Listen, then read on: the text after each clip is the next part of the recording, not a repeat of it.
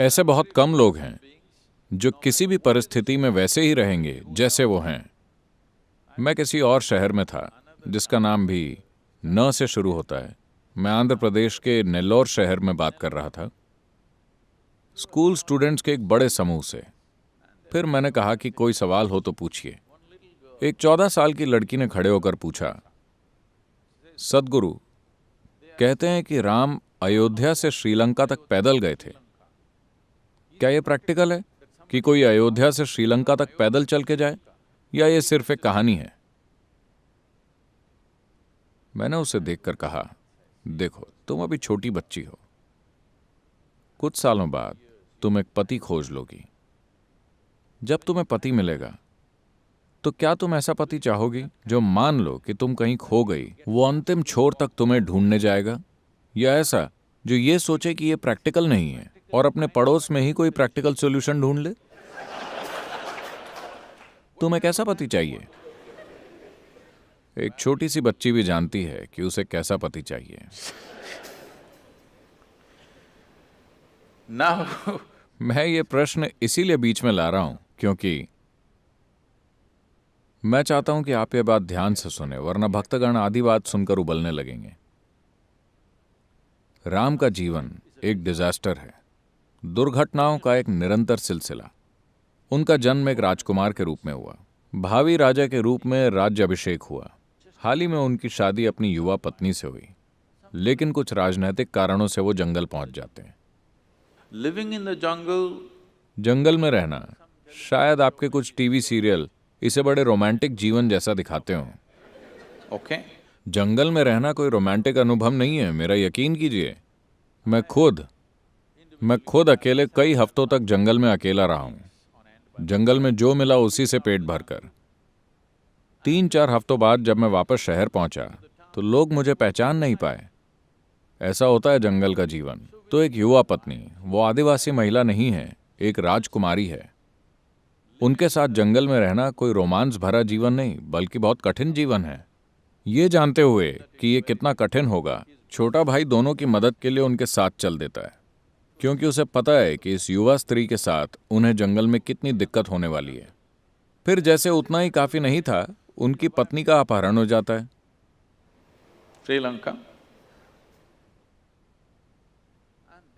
और चूंकि वो अपनी पत्नी से बहुत प्यार करते हैं, वो उदासी की हालत में ही पैदल पूरा सफर तय करते हैं।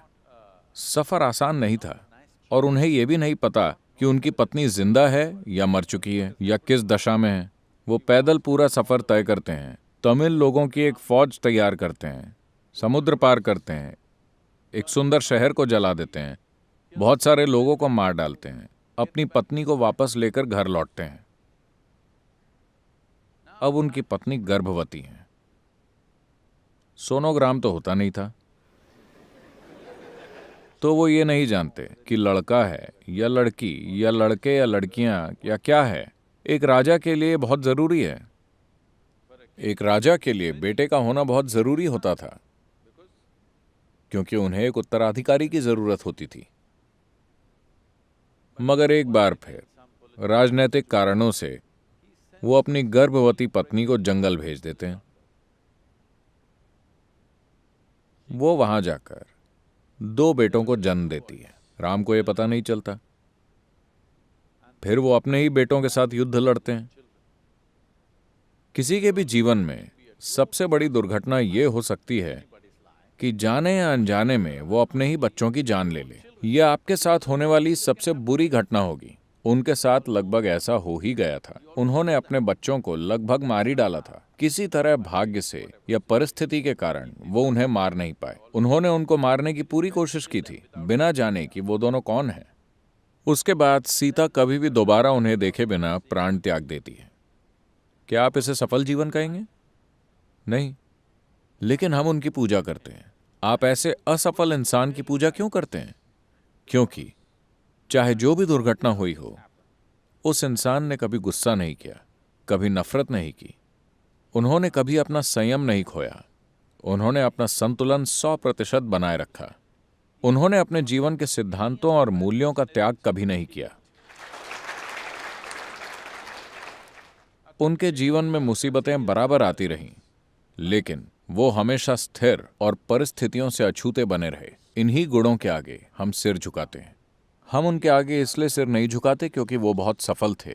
वो पूरी तरह से असफल रहे, लेकिन वो अपने भीतर, आप चाहे कुछ भी कर लें, आप उनकी भीतरी प्रकृति को बदल नहीं सकते।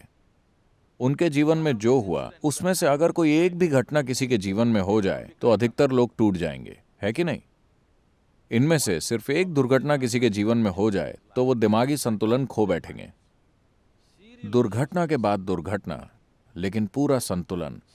We are bowing down to that quality because this is inner management. हम उसी गुण के सामने सिर झुका रहे हैं क्योंकि यही इनर मैनेजमेंट है। अगर आप बाहर दुनिया में जाकर कुछ करना चाहते हैं तो दुनिया आपके ऊपर क्या फेंकेगी, इस पर आपका कोई कंट्रोल नहीं होता, लेकिन आप उससे क्या बनाते हैं वो 100% आपका है। आप किसी भी परिस्थिति में पैर रखने से, इस दुनिया में किसी भी हालात का सामना करने से नहीं कतराएंगे, क्योंकि आपके भीतर आनंद की केमिस्ट्री है। राम एक शांतिमय केमिस्ट्री में है।